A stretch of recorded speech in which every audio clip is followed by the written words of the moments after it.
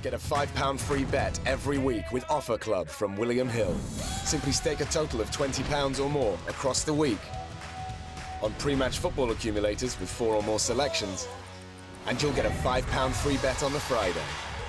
Join William Hill Offer Club on mobile or online now.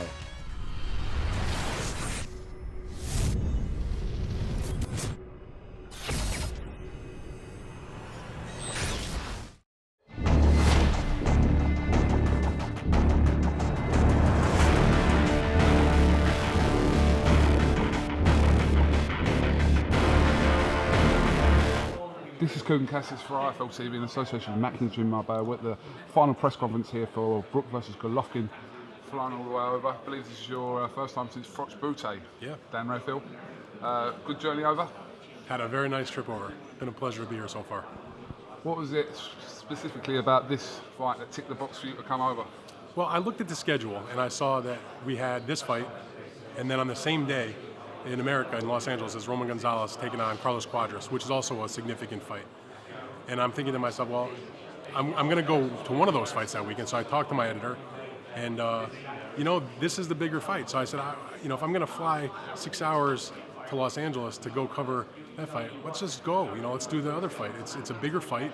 It's going to be an unbelievable atmosphere. I haven't been over here in a few years, so I kind of convinced them to spend the money, and let's do this fight and let's do it the right way. So here I am, and I would have loved to be able to cover both fights. I was joking around with K2 that promotes Golovkin and promotes Roman Gonzalez, that I wish that the fights had been on different days, then you go to maybe get a chance to go to both. But you know what? As much as I like Roman Gonzalez, this is the place to be on Saturday. What is the common view in America amongst the journalists, the media, and also just the general boxing fans about this fight? Do they think it's going to be a walkover for Golovkin? No, I think my feeling from hearing from fans and from reading some stories and talking to other media colleagues, I think the general perception is that Kel will lose the fight, but he's going to give it a heck of a go. And it's not necessarily one of these Gennady Golovkin blowouts, where he, knocks the guy out in the second round and, doesn't break his sweat. That maybe Kel can make him work a little bit because he is, he might be the best name on Gennady's record so far. Maybe not in terms of overall accomplishment in the middleweight division, but maybe just in general. But it's an intriguing fight. I mean, if you look at the weights that these two guys have had in the weight checks, 30-day weight check, 7-day weight check, Kel's been much bigger. I know it's not the only thing about a boxing match that decides the outcome, but those who are saying that he's just a welterweight, I don't agree with that. After Canelo knocks out Amir Khan, we kind of got the feeling that the Canelo-Golovkin fight was going to happen due to Oscar's comments about him phoning Golovkin's team the next day, Canelo calling Golovkin into the ring. What did you think at that point? Did you think that there was a strong possibility that that fight would happen for this year? I was very skeptical that it would happen this year, even with all that stuff that went on. I thought maybe there was an outside possibility, but I always felt like if it was going to happen, it would probably be in May of next year. Now I'm skeptical even of that because I think they'll look to put it off even if it happens till the end of next year. So, look, they're going to go do what they're going to do, but Gennady Golovkin is not going to be a hostage to Canelo Alvarez's schedule. He's going to keep fighting, and he's going to try to make the biggest and best fights that he can. And even if Kell Brook is a welterweight, and even if Gennady Golovkin has to travel to England to do that, no problem. He's a worthy opponent. Gennady's, from Kazakhstan. He fought in Germany. He fights in the States. He's fought in Monte Carlo. No issue for him to come and fight here. He's fought in Central America. So, this is just another trip for him. If they don't ever fight each other, it doesn't happen. But Gennady Golovkin will move his career forward and fight the best guys he can, it seems to me. And this is one of those fights. Obviously, Golovkin's made no secret of the fact that he wants all the belts at middleweight. The fighter that has that remaining belt is Billy Joe Saunders here from England. Now, you've had your words with Billy Joe. Well, let's be clear about that. Billy Joe had his words with me. I stated a fact, and then he went a little bit crazy. That's on him. Billy Joe Saunders is holding the WBO middleweight title hostage right now. Period. So can you see a fight materialising depending on what happens Saturday if Golovkin does want all the belts? Sure, anything is possible. I mean, maybe there'll be enough money to finally entice Billy to fight the fight. But again, you can't make somebody fight you. You can make a fair and honest offer. You can cajole them. You can try to make the match. But at the end of the day, the fighter and their handlers have to accept. And if he doesn't accept, he doesn't accept. They'll move on. Just moving weights now, Dan. Who does America perceive to be the #1 heavyweight fighter on the planet? The #1 heavyweight. See, I mean, for many years, of course, it was Klitschko. He lost to Tyson Fury.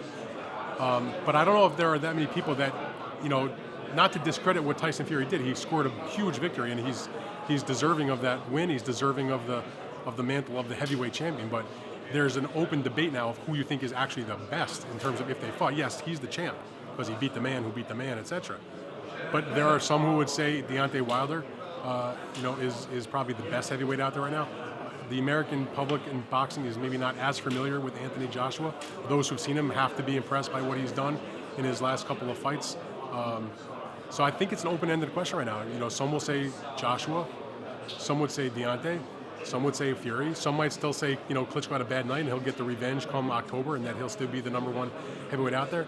But one thing I know, it's been the first time in quite a while where the heavyweight division is something we can actually talk about with excitement. Yeah, and obviously Anthony Joshua was signing his Showtime deal. His name recognition in America is going to grow and grow.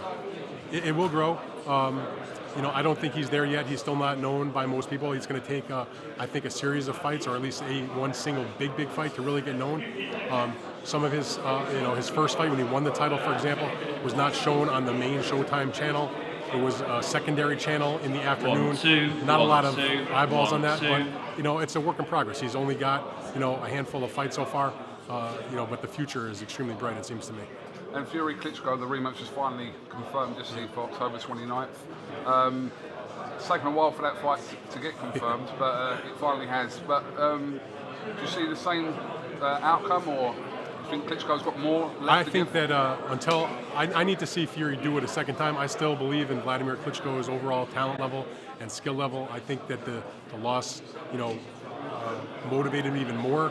He had made so many title defenses, had dominated for so long, had not lost a fight in 11 years. And even though he may say he was motivated and into it before every fight, perhaps there was at least a small amount of complacency before the Fury fight. Maybe that woke him up a bit, and he can summon that desire once again.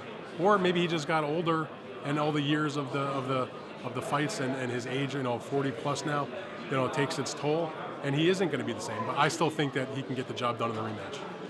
Just finally, Dan, obviously UK has 14 world champions, current world champions at the moment. Where are we in comparison to US boxing? You're #1 right now. I mean, this number of champions, you're the most in the world at the moment. I think you have 14, America has 11. I believe Mexico has 10. Certainly if Charlie Edwards wins the fight on the undercard, it will be 15, because even if Kel loses, he still has his welterweight belt, at least for the time being. So, look, British boxing, I wrote a piece this week, never been better, never been hotter, never been more successful at any time in the 100-plus-year history, 150-year history almost of boxing, since they wrote the Marquess of Queensberry rules here in London, than it is right now. So if you're a boxing fan and you're following the British fight scene, or you live in the UK, it's never been better than it is right now. And both in terms of the championship level fights, the overall events, the general interest, and not only the title holders and the top fighters, but all the guys in the rankings that are poised to challenge for world titles. I mean, it's not out of the realm that there could be 15, 16, 17 world champions, in the not too distant future. Definitely.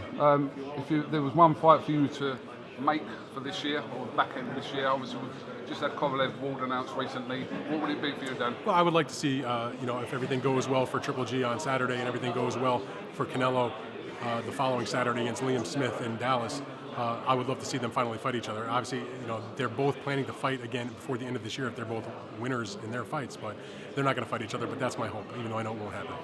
Dan, thank you very much for talking to RAFAEL TV, and always a pleasure. Hope you have a good trip here and see what happens on Saturday. Thank you. Thank you very much.